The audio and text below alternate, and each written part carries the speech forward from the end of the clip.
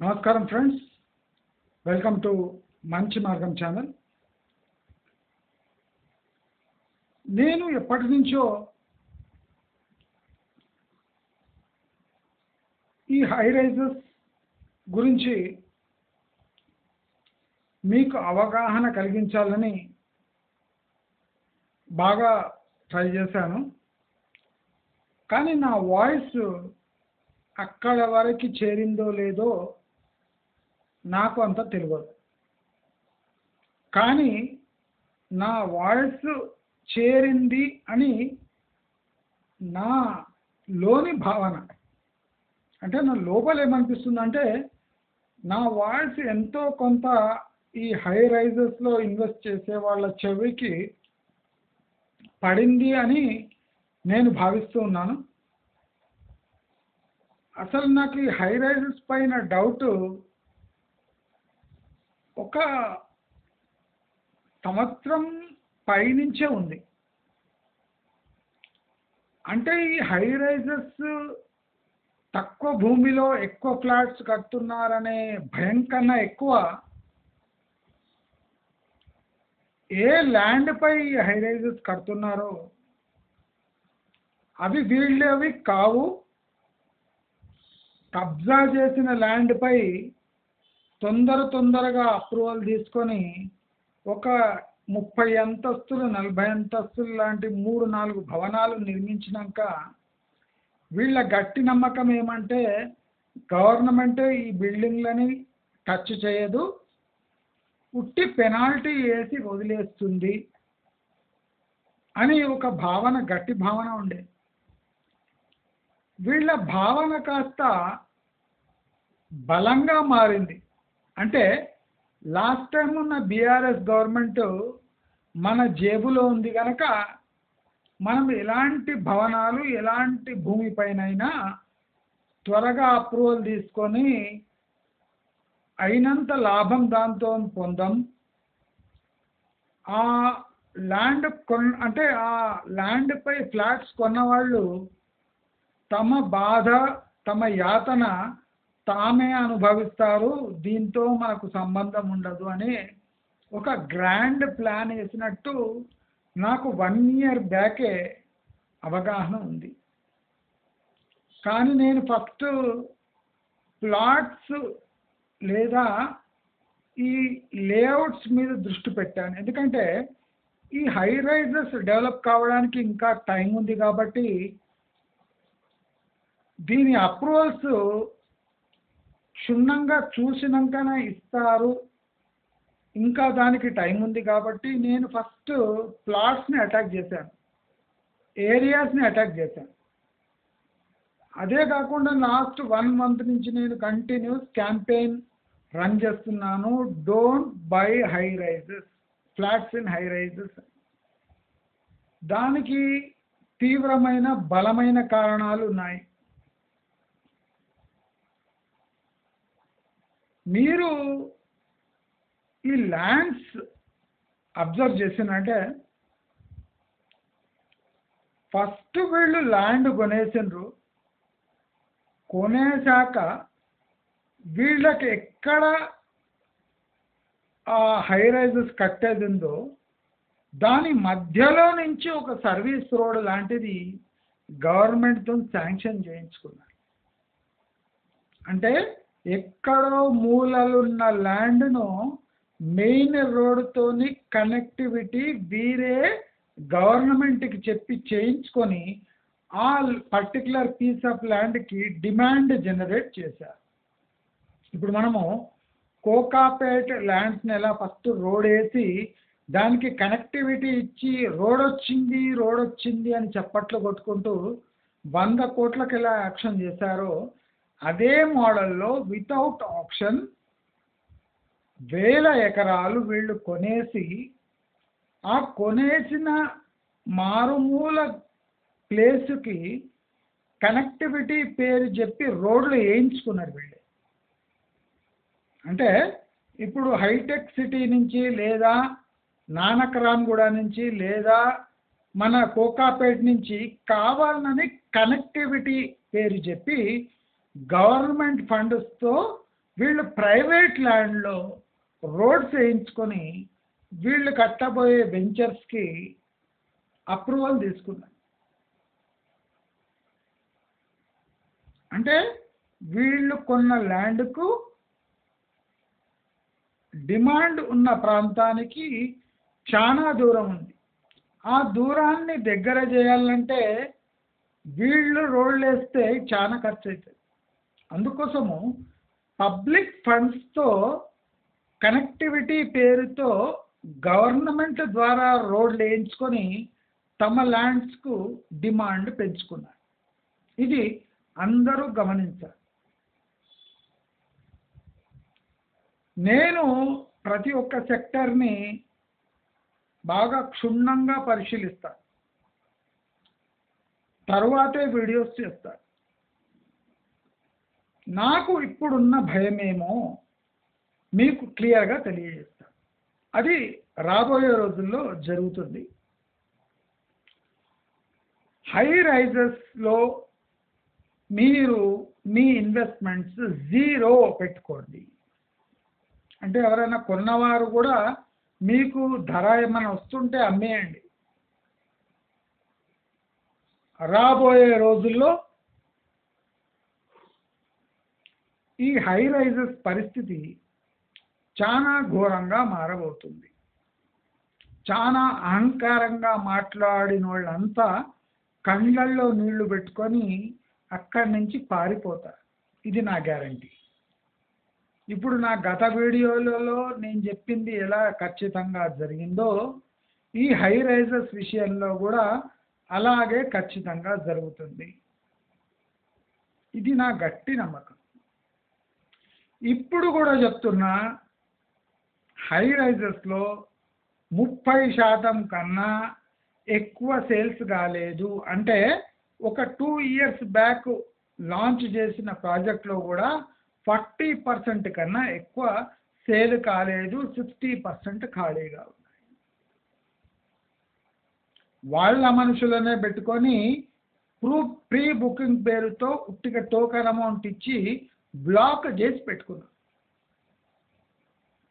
అంటే నా ప్రకారం ఇప్పటి టైంలో వాళ్ళ కంట్లో వాళ్ళే పొడుచుకున్నారు. అనవసరంగా డ్రామాలు చేసి అమ్ముడు పోవలసిన ఫ్లాట్లను బ్లాక్ చేసి డిమాండ్ క్రియేట్ చేసి ఎక్కువ రేట్లో అమ్ముకుందామనే ప్లాన్ బెడిసి కొట్టింది. మంచి మార్గం ద్వారా నేను చాలా సింపుల్గా నాన్ రియల్ ఎస్టేట్ పర్సన్ దాకా కనిపిస్తుండొచ్చు, కానీ నేను ప్రతి ఒక్క డేటా చాలా క్షుణ్ణంగా పరిశీలించి మీకు అర్థమయ్యే విధంగా మీకు ఎంత అవసరమో అంతే డేటా మీకు వీడియో ద్వారా చెప్తాను. నేను చెప్పాను రాబోయే 1.5 year రియల్ ఎస్టేట్కి గడ్డు కాలం. డిటిసిపి ప్లాట్లు కుప్పకూలుతాయి అని మీకు చెప్పాను. హెచ్ఎండిఏ కన్నా ముందు డిటిసిపి ప్లాట్లు కుప్పకూలుతాయి అని చెప్పాను. ఇప్పుడు శంషాబాద్ ఏరియా చుట్టుముట్టు ప్రాంతాల్లో గజం 5,000కు దొరుకుతుంది. గజం 5,000కు దొరుకుతుంది.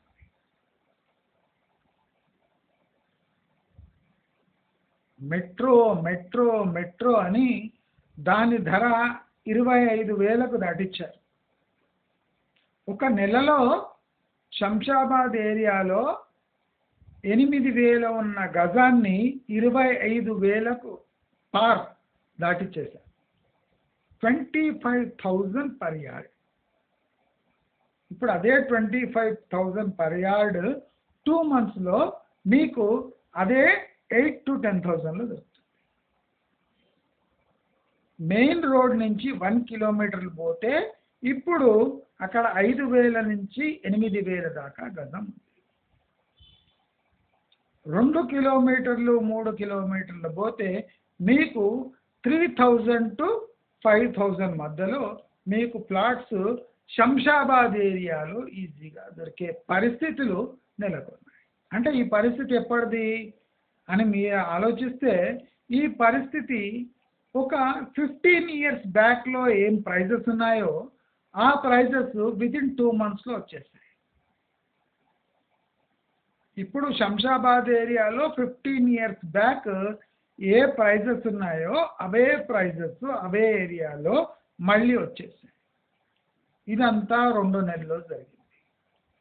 ఈ స్కామ్ అంతా డెవలప్ కావడానికి 9 ఇయర్స్ పెట్టింది. అంటే బీఆర్ఎస్ హయాంలో జరిగిన హైప్ అంతా 2 మంత్స్లో కరిగిపోయింది. ఇప్పుడు భూముల ధరలు 20, 25, 30 లక్షలు మ్యాక్సిమం ఎకరా. ఎకరా 30 లక్షలకు దాటుతలేదు. ₹1,00,00,000 తక్కువ ఎక్కడ దొరకదు అన్న భూములు ఇప్పుడు 30 లక్షలకు వచ్చేస్తాయి ఎకరా.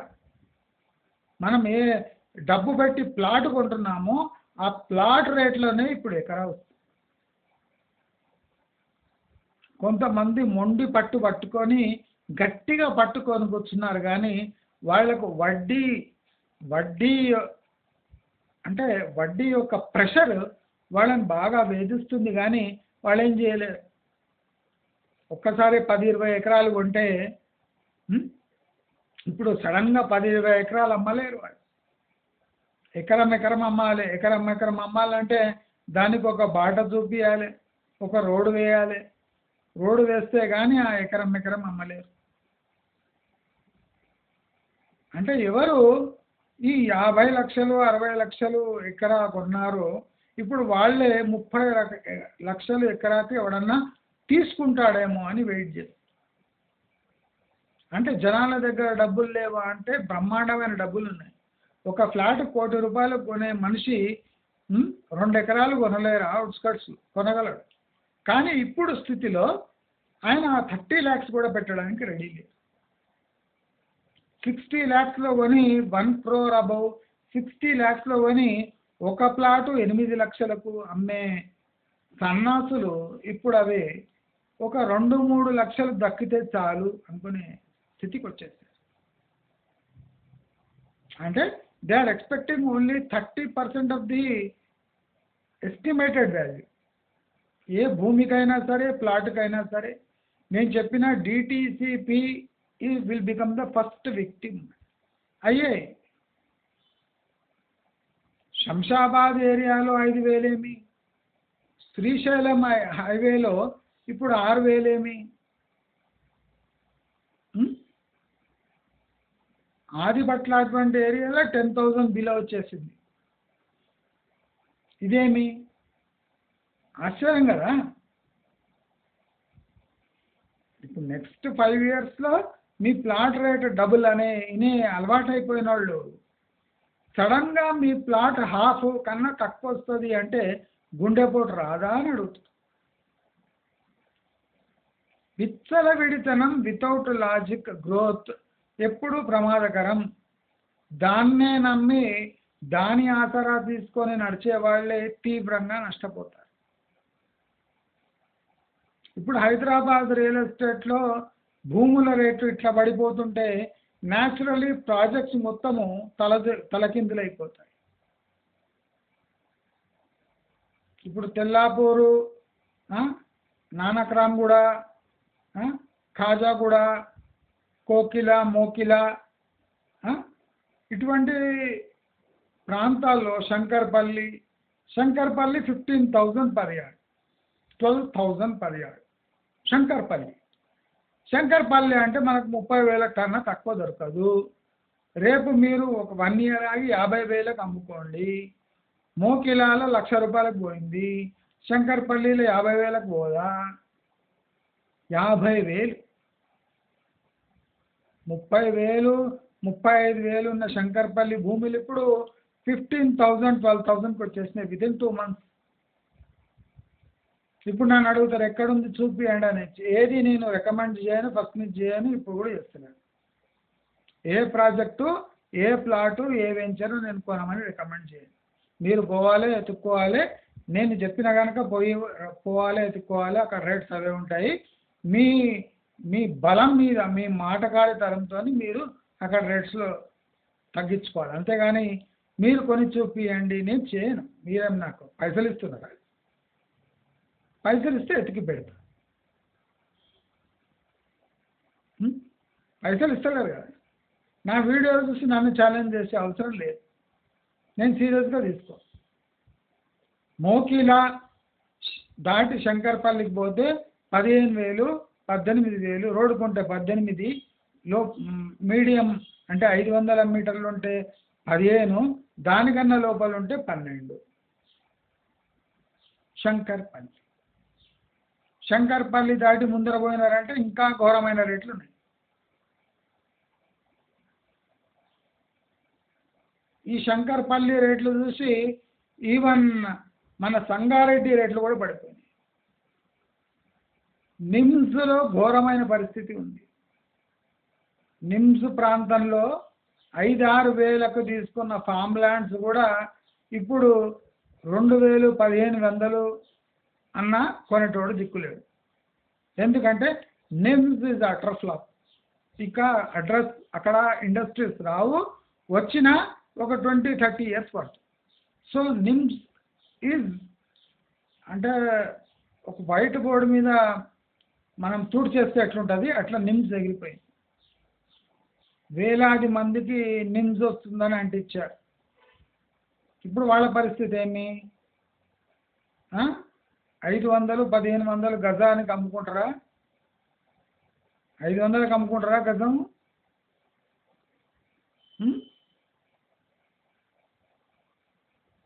రోడ్డు ఉన్న ప్రాపర్టీస్కి 1,500 ఇస్తలేరట వాడు నిమ్స్. ఇంకా లోపల ఉన్న ప్రాపర్టీస్కి 500 కూడా గతి లేవు. తీసుకునేటోడు లేడు. ఫస్ట్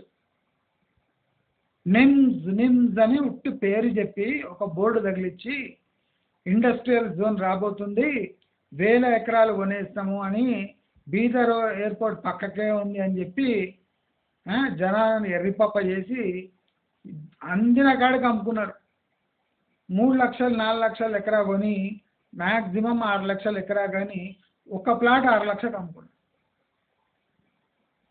అది సేల్ కాకపోతే 600 గజాలు 6 లక్షలని అమ్ముకున్నారు. కొంతమంది 600 గజాలు 3 లక్షలని అమ్ముకున్నారు. ఎందుకంటే ఎకరా వచ్చింది వాళ్ళకి.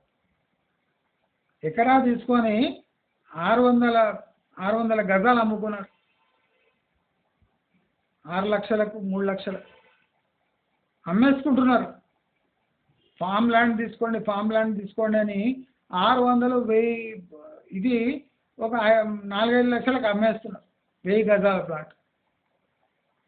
అంటే మీ నిమ్స్ వచ్చేటప్పుడు అంత ప్యానిక్ ఎందుకు? ఆగొచ్చు కదా. నిమ్స్ వస్తుంది, పండగ చేసుకోవచ్చు కదా ఒక 5 సంవత్సరాల తర్వాత. 5 సంవత్సరాలు ఆగండి, మీ డబుల్ ట్రిపుల్ అవుతుంది, 4 ఇంతలు అవుతుంది అని చెప్పొచ్చు కదా. వెయిట్ చేయొచ్చు కదా. తొందరలు ఎందుకు అమ్మేస్తున్నారు? నిమ్స్ రాబోతుంది, ఏషియాలోనే అతిపెద్ద ఇండస్ట్రియల్ కారిడార్ రాబోతుంది అని చెప్పింది కదా. వెయిట్ చేయండి. ఈ అమ్మకాలు ఎందుకు? 1000 గజాలు 4-5 లక్షలకు ఎందుకు అమ్మేస్తున్నారు? ఆగండి, విపరీతమైన డిమాండ్ వస్తుంది.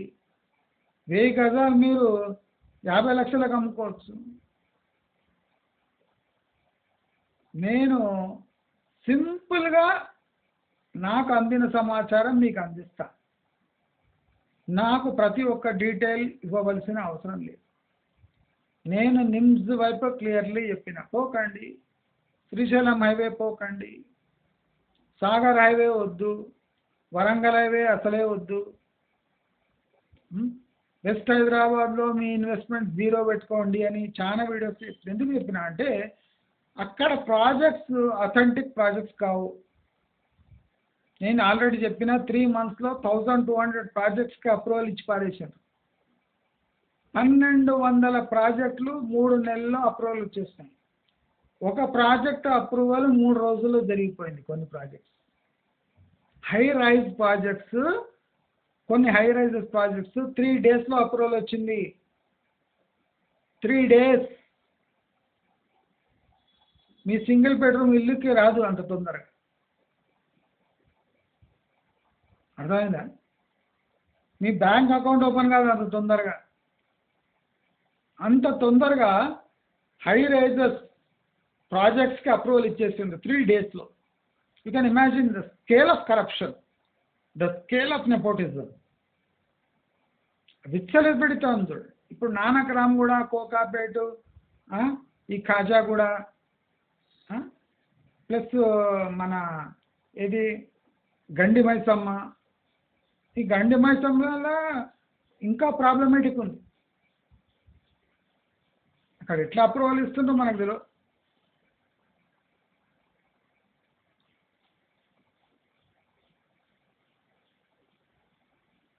పొల్యూషన్ జోన్స్లో అప్రూవల్, నాలా ల్యాండ్స్ మీద అప్రూవల్,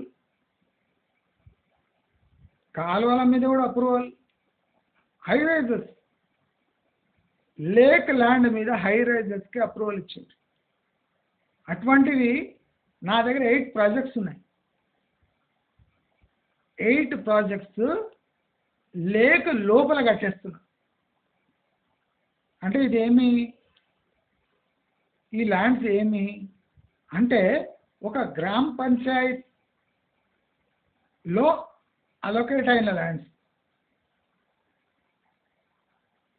కొన్ని అయితే టెంపుల్ ల్యాండ్స్, అవి చెరువు కింద వచ్చినాయి. దాంట్లో ఈ 30 స్టోరీ 40 స్టోరీ బిల్డింగ్స్కి అప్రూవల్ వచ్చేసి. నేను అందుకోసం చెప్పిన ఈ హై రైజెస్ రెగ్యులరైజేషన్ యాక్ట్ అని ఒకటి వస్తుంది.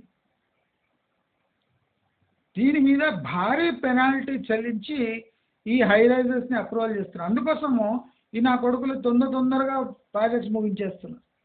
ఎందుకంటే ఈ భారం వచ్చే తీసుకునే కస్టమర్స్పై పడాలి, మన మీద పడొద్దని.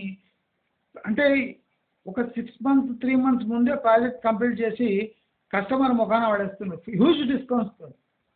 బయట మామూలు మనుషులు పోతే ఏం లేవు అంటాడు. తినే బల్క్లో కొనేటోళ్ళకు ఫుల్ ఇచ్చేస్తున్నారు. మీరు నమ్ముతారో లేదో, కోకాపేట ఏరియాలో 40% డిస్కౌంట్కి ఇప్పటివరకు కంటెస్ట్ చేస్తున్నారు. అంటే ప్రీ లాంచ్ లాగా 40% డిస్కౌంట్ నడుస్తుంది కోకాపేటలో. మీరు కొన్ని రోజుల్లో ఆ న్యూస్ ఉంటారు. నానక్రామ్గూడలో కూడా అంతే. మోకిలాలో పెద్ద ఏమి ఇండిపెండెంట్ విల్లా ప్రాజెక్ట్స్లో దారుణమైన స్థితులు ఉన్నాయి. 8 కోట్లు అని చెప్పిన విల్లా ఇప్పుడు ఎవ్వరు 3 కోట్లకు కూడా తీసుకుంటలేరు.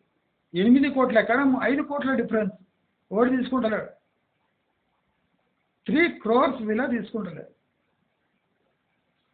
1 crore ఫ్లాట్ తీసుకుంటలేరు కోకాపేట. 1.5 crore వాళ్ళు 3 crores అని చెప్పుకునే ఫ్లాట్ 1.5 crores కూడా తీసుకుంటలేరు. ఇది నా దగ్గర ఉన్న సమాచారం. కొన్ని ప్రాజెక్ట్స్ అయితే ప్రీ లాంచ్ అని చెప్తే వాళ్ళ టోటల్ ఫ్లాట్ల సంఖ్య 4,500 ఉంటే మీరు ఇమాజిన్ చేయండి, వాళ్ళు ప్రీ లాంచ్లో 80 ఫ్లాట్స్ కూడా బుక్ చేసుకోలేకపోయింది. 80 ఫ్లాట్స్, 4,000 ఫ్లాట్స్ ఉన్న ప్రాజెక్ట్కి 80 ఫ్లాట్స్ కూడా బుక్ కాలేదు ప్రీ లాంచ్లో. Reputed builder. ఇప్పుడున్న పరిస్థితులు అవి ఉన్నాయి. నేను ఎప్పటి నుంచో చెప్తున్నా హై రైజెస్ వద్దండి అని. ఎందుకు చెప్తున్నా అంటే ఈ హై రైజ్లో కట్టిన ల్యాండ్ కూడా ప్రమాదకరమే. టిక్కర్ రేగితే, గవర్నమెంట్కి టిక్కర్ రేగితే, మన ముంబైలో అక్రమ నిర్మాణం ఒక హై రైజ్ని కూలగొట్టినారు. మీకు గుర్తుకుందో లేదో, మన తెలుగు టీవీలో కూడా లైవ్ వచ్చింది. సేమ్ అదే పరిస్థితి ఇప్పుడు మన హైదరాబాద్లో రావచ్చు. మీరు 40-50 అంతస్తుల పైన తీసుకున్నా కింద నుంచి బుల్డోజర్ వచ్చి కొట్టేయచ్చు. ఏం చేస్తారు అప్పుడు? ఒక ఇల్లీగల్ ల్యాండ్ పై 40 అంతస్తుల ప్రాజెక్ట్ అంటే మీరు ఆశ్చర్యపోతారు. రేరా అప్రూవల్ వస్తుంది, హెచ్ఎండి. ఎందుకంటే అన్ని కరప్టే. లేక్ ల్యాండ్స్లో హై రైజెస్ ప్రాజెక్ట్కి అప్రూవల్ ఇచ్చిందంటే ఆయన ఎంత కరప్ట్ ఆఫీసర్ ఉంటారు. ఇప్పుడు రేరా అనేది చిత్తు కాగితం, హెచ్ఎండి అప్రూవల్ అది టిష్యూ పేపర్ లాంటిది, ముడ్డి తుడుచుకొని పడేసే పేపర్ ఈక్వల్ అది హెచ్ఎండి అప్రూవల్. అంత ఈజీ. రెరా అప్రూవల్ ప్రతి ప్రాజెక్ట్కి రెరా అప్రూవల్. ఒక్క ప్రాజెక్ట్ కూడా రెరా ఇప్పటివరకు స్టాప్ చేయలేదు. ముంబైలో 1200 ప్రాజెక్ట్స్ స్టాప్ అయినాయి. ఈవెన్ ఢిల్లీలో కూడా స్టాప్ అయినాయి, అహ్మదాబాద్లో స్టాప్ అయినాయి. సౌత్ ఇండియాలో చాలా తక్కువ ఉన్నాయి రెరా స్టాప్ ప్రాజెక్ట్స్. ఎందుకంటే ఇక్కడ అంతా అమ్ముడు పోతారు కానీ అవుట్ రైట్. అంటే మహారాష్ట్రలో అమ్ముడు పోరు అని కాదు, అక్కడ తీవ్రమైన జాప్యం. ప్రాజెక్ట్స్ కట్టేసి సగం ప్రాజెక్ట్స్ కట్టేయంగానే వాళ్ళకి అర్థమైపోయింది ఇంక నెక్స్ట్ ప్రాజెక్టు అమ్ముడు పోవని, సగమే ఆపేసిండ్రు. అలాంటివి రెరా దాని కబ్జాలో తీసుకొని వాళ్ళకి ఇంకా ఫర్దర్ అమ్ముకోవడానికి లేకుండా చేస్తున్నాయి. అంటే చట్టరీత్యా వాళ్ళు యాక్టివ్గా ఉన్నారు. మన దగ్గర రెరా అంటే చెత్త కాగితం, చెత్త కుండీల కాగితం కూడా వాల్యూ ఉంటుంది కానీ రెరాకు ఉండదు. ఇది మీరు గమనించాలి. రెరా అప్రూవ్డ్ మీరు చూడండి, అడ్డమైన ప్రాజెక్ట్ కూడా రెరా అప్రూవల్ ఉంది. రెరా అంటే తేరా మేరా అన్నట్టు అర్థం. నేను ఎప్పటి నుంచో మంచి మార్గంలో మీకు సూచిస్తూ ఉన్నా, ఏ ఫ్లోర్లో తీసుకోవాలని అడుగుతారు ఇంకా సన్నాసు. అసలు వచ్చిన ప్రాజెక్ట్కే దిక్కు లేదు. రేపు ఆ ప్రాజెక్ట్స్ మీద గవర్నమెంట్ యాక్షన్ తీసుకున్నదంటే మీరు ₹1,00,00,000 కడితే దాని మీద 40 లక్షలు అడిగితే ఏం చేస్తారు? ఎక్కడి నుంచి వస్తారు 40 lakhs? అదైతే ఈఎంఐలో రాదు కదా, అది అవుట్ రైట్ క్యాష్ కట్టాలి కదా. అది ఎవడు కడతాడు? బిల్డర్ కడతాడా, మీరు కట్టాలనా? ఫ్లాట్ మీది కనుక మీరే కట్టాల్సి వస్తుంది. ఒక 20 lakhs ఎక్స్ట్రా పెనాల్టీ వేసినా మీకే కదా దెబ్బ. హై రైజెస్ రెగ్యులరైజేషన్ యాక్ట్ కింద వస్తే ఒక 10 lakhs అడిగినా ఎక్కువనే కదా. 10 lakhs 20 lakhs అనవసరంగా చెల్లించాలి. బిల్డర్ చెల్లించాడు, బిల్డర్ ఎస్కేప్ అయిపోతాడు. అప్పుడు ఏం చేస్తారు మీరు? మీ చేతులతో ఇవ్వాలి. అది ఈఎంఐలో రాదు, అది హౌసింగ్ లోన్ కింద రాదు. అది it is a penalty, should be paid in cash via DD. ఏం చేస్తారు అప్పుడు? చెక్ పేమెంట్ కావాలి లేదా క్యాష్ పేమెంట్ డీడీలు ఇవ్వాలి. ఏం చేస్తారు? ఆ అమౌంట్ వైట్ అని ఎట్లా ప్రూవ్ చేస్తారు?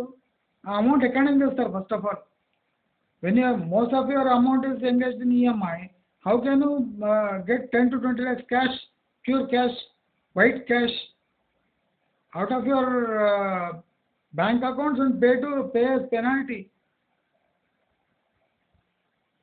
వందలాది వేలాది ఫ్లాట్స్కు పెనాల్టీ పెడితే గవర్నమెంట్కి బాగా రెవెన్యూ వస్తుంది. మీకేమొస్తుంది? చేతిలో చిప్ప. నేను ఎన్నిసార్లు అలర్ట్ చేసి చెప్పిన, అరే వద్దురా నాయన, హైరైజెస్ వద్దు, మొత్తం అన్యాయమే కొడుకులు.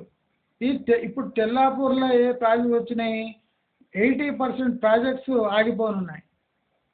కంప్లీట్ అయిన ప్రాజెక్ట్స్ కూడా వాళ్ళు ఆపేస్తారు. మొత్తం స్కామ్.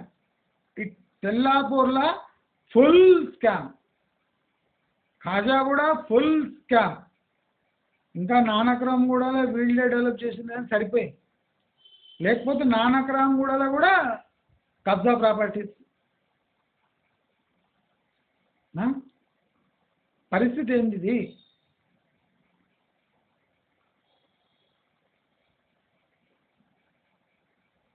ఇప్పుడు శంకర్పల్లి అవతల పోతుంటే వందలాది ఎకరాలు కొనేసి పెట్టింది, దానిపై వడ్డీ.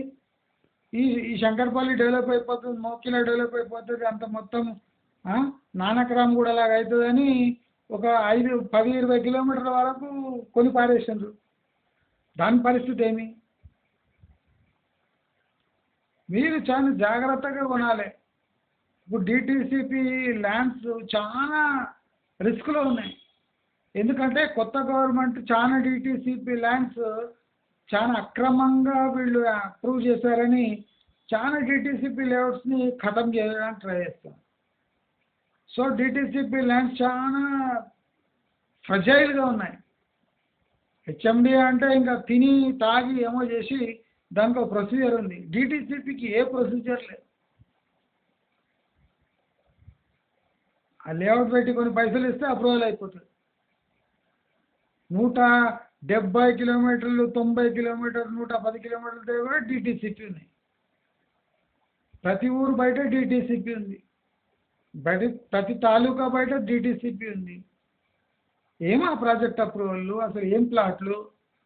ఇప్పుడు జిల్లాలో మళ్ళా జిల్లాలు తీసేస్తా అంటుండు. జిల్లా తీసేస్తే కదా అక్కడ ప్లాట్ వాల్యూస్ ఏముంటాయి, ల్యాండ్ వాల్యూస్ ప్లాట్ వాల్యూస్కి వచ్చేస్తాయి. అంటే 15 years బ్యాక్ ఏ ల్యాండ్ ప్రైస్ ఉండేనో అట్లీస్ట్ 10% ఎక్కువ ఉంటాయి తప్ప ఏం 100% అప్రూవల్ అక్కడ ఇంక్రీజ్ కావు. ఇప్పుడు రూరల్ ఏరియాస్లో తాలూకు డిస్ట్రిక్ట్ లెవెల్స్లో మొత్తం ల్యాండ్స్ పడిపోయినాయి. దాని రిపుల్ ఎఫెక్ట్ సీదా వెస్ట్ హైదరాబాద్పై పడుతుంది. ఈవెన్ మన శ్రీశైలం హైవేపై పడ్డది. వరంగల్ హైవే అయితే బర్బాద్ అయిపోయింది. ఆ వరంగల్ హైవేలో పాత గవర్నమెంట్లో అంతా తినేసిండ్రు. 4-10 రోడ్లు వేసేసి మొత్తం వెంచర్లు అమ్ముకున్నారు. ఇప్పుడు యాదాద్రికి పోయేటోళ్ళు లేడు, చూసేటోళ్ళు లేడు, ఉండేటోళ్ళు లేడు. ఇప్పుడు ఏం చేస్తారు? దయచేసి ఒక విషయం గుర్తుపెట్టుకోండి, రియల్ ఎస్టేట్ పతనం అంచులో ఉంది. నెక్స్ట్ 1.5 year వరకు ఇన్వెస్ట్మెంట్ చేయకండి. నేను చెప్పదలసిన సూచన ఇది. ఇప్పుడు అందుతున్న సమాచారం ఏమంటే ఇప్పుడు కట్టిన ల్యాండ్స్, హై రైజెస్ కట్టిన ల్యాండ్సే ఇల్లీగల్. దీనిపై హెవీ పెనాల్టీ బిల్డర్కి పడుతుంది. అదే కాకుండా ఫ్లాట్ ఎవరు ఓన్ చేసుకున్నారో అంటే ఎవరు ఈఎంఐ కడుతున్నారో వాళ్ళు కూడా అట్లీస్ట్ 10 to 20 lakh పెనాల్టీ కట్టాల్సి వస్తుంది. మీరందరూ ఇది ఈజీగా తీసుకోకండి. రాబోయే రోజుల్లో ఈ యాక్ట్ వస్తుందా లేదా మీరే చూడండి. రాబోయే రోజుల్లో ఈ యాక్ట్ వస్తుందా లేదా మీరే చూడండి. అంటే ఎలక్షన్ తర్వాత బడ్జెట్ అయినాక సెంట్రల్ గవర్నమెంట్ స్కీమ్ ఉంది కదా, ఆ స్కీమ్ ప్రకారము 3% 30 lakhs, 40 lakhs, 50 lakhs లోపల ఉన్న ఫ్లాట్స్కు, ప్రాపర్టీస్కి మనకు ఈ సెంట్రల్ గవర్నమెంట్ వాళ్ళ సబ్సిడీ ఇస్తారు. సెంట్రల్ గవర్నమెంట్ వాళ్ళ సబ్సిడీ ఇస్తారు. ఆ సబ్సిడీ ప్రకారం మనకు లోన్లో రిబేట్ వస్తుంది. నేను చెప్పినా కదా 3% వాళ్ళే ఇస్తారని. ఆ 3% మోస్ట్లీ ఎలక్షన్ తర్వాత గవర్నమెంట్ అనౌన్స్ చేస్తుంది. ఎందుకోసం ఓట్ ఆన్ అకౌంట్ బడ్జెట్ కనుక they cannot plan properly for next 5 years because political risk కనుక ఓట్ ఆన్ అకౌంట్ బడ్జెట్ ఇచ్చిండ్రు. ఆ ఓట్ ఆన్ అకౌంట్ బడ్జెట్లో ఇటువంటి క్రిటికల్ ఇష్యూస్ డిస్కస్ చేయరు కనుక రాలేదు. కాబట్టి ఈ 3% డిస్కౌంట్ అనేది వస్తుంది హౌసింగ్ లోన్పై, త్వరలో వస్తుంది. మోస్ట్లీ ఆ 50 lakhs నుంచి వీళ్ళు తెచ్చి 30-40 lakhs 30 lakhs చేసే ఛాన్సెస్ చాలా ఉన్నాయి. అంటే 30 lakhs ఫ్లాట్ ఉంటే మీకు 3% ఆల్రెడీ ఉంది ఒక ప్రధానమంత్రి స్కీమ్ ఆవాస్ యోజన లాగా. ఇప్పుడు 50 lakhs అని చెప్పిండ్రు. మోస్ట్లీ 50 lakhs స్లాష్ చేసి 40 lakhsకి తీసుకొచ్చే ఛాన్సెస్ ఉన్నాయి. దయచేసి మీరు మీ డబ్బు సేఫ్గా ఉంచుకోండి. బ్యూటిఫుల్ డిస్కౌంట్స్ రాబోతున్నాయి. శంకర్పల్లి మోకిల దాటి మీరు శంకర్పల్లి వైపు దృష్టి సారించండి. చేవేళ్ల వైపు ఒక కన్నేసించండి. శంషాబాద్, నేను చెప్పిన శంషాబాద్ లోపలే కన్నేసించండి. శ్రీశైలం హైవేపై కందుకూరు వరకు కన్నేసించండి, తప్పులేదు. నల్గొండ హైవేపై కన్నేసించండి, తప్పులేదు. Except Warangal and Sagar highway తప్ప మీరు ఎక్కడైనా బాగా డిస్కౌంట్ వస్తే కొనేసేయండి. పెద్ద ప్లాట్లు కొనండి, చిన్న ప్లాట్లు జోలికి పోకండి. 100 గజాల ప్లాట్లు రేపు వాల్యూనే ఉండదు. Target 200+ yards. మీకు అద్భుతమైన ఆపర్చునిటీస్ రాబోతున్నాయి. మంచి మార్గంలో సింపుల్గా చెప్తాం. ఇన్నవాళ్ళు వింటారు, లాభపడ్డ వాళ్ళు పడతారు, చచ్చేవాళ్ళు చస్తారు. మనకు సంబంధం లేదు. చెప్పే వరకే మా బాధ్యత. ఉన్న పరిస్థితులు నేను క్లియర్గా వివరిస్తున్నా. హై రైజెస్ జోలికి పోకండి. విపరీతమైన పెనాల్టీలు పడబోతున్నాయి. బిల్డర్కి పెనాల్టీ పడుతుంది, ల్యాండ్ వైజ్ ప్రాపర్టీ వాళ్ళకు కూడా పెనాల్టీ పడిపోతున్నాయి. ఎవరు కొనలేదు వాళ్ళు లక్కీ, వాళ్ళకి ఈ పెనాల్టీలు పడవు.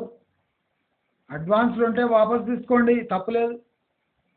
అడ్వాన్స్ ఇచ్చింటే ఏదో రీజన్ చెప్పి క్యాన్సిల్ చేసుకోండి, తప్పులేదు. బ్రహ్మాండమైన ఆపర్చునిటీస్ వస్తున్నాయి. వెయిట్ చేయండి, క్యాష్లో ఉండండి. ఫిక్స్డ్ డిపాజిట్లో పెట్టుకొని క్యాష్లో ఉండండి. 3 months 6 months 1 year డిపాజిట్లో పెట్టండి. ఎప్పుడైనా ఆపర్చునిటీ వస్తే ఆ బాండ్ బ్రేక్ చేసి మీరు ప్రాపర్టీస్ కొనేసేయండి. దయచేసి ప్లాట్స్ కొని సొంత ఇల్లు కట్టుకోండి. రెడీమేడ్ ఫ్లాట్స్ జోలికి పోకండి. మేస్త్రి ఇల్లు కొనబోకండి. క్వాలిటీ కన్స్ట్రక్షన్ చేసుకోండి అని తెలియజేస్తూ, మీకు నా వీడియోస్ నచ్చినట్టయితే లైక్, షేర్, సబ్స్క్రైబ్ చేసుకుంటారని ఆశిస్తూ నమస్కారం.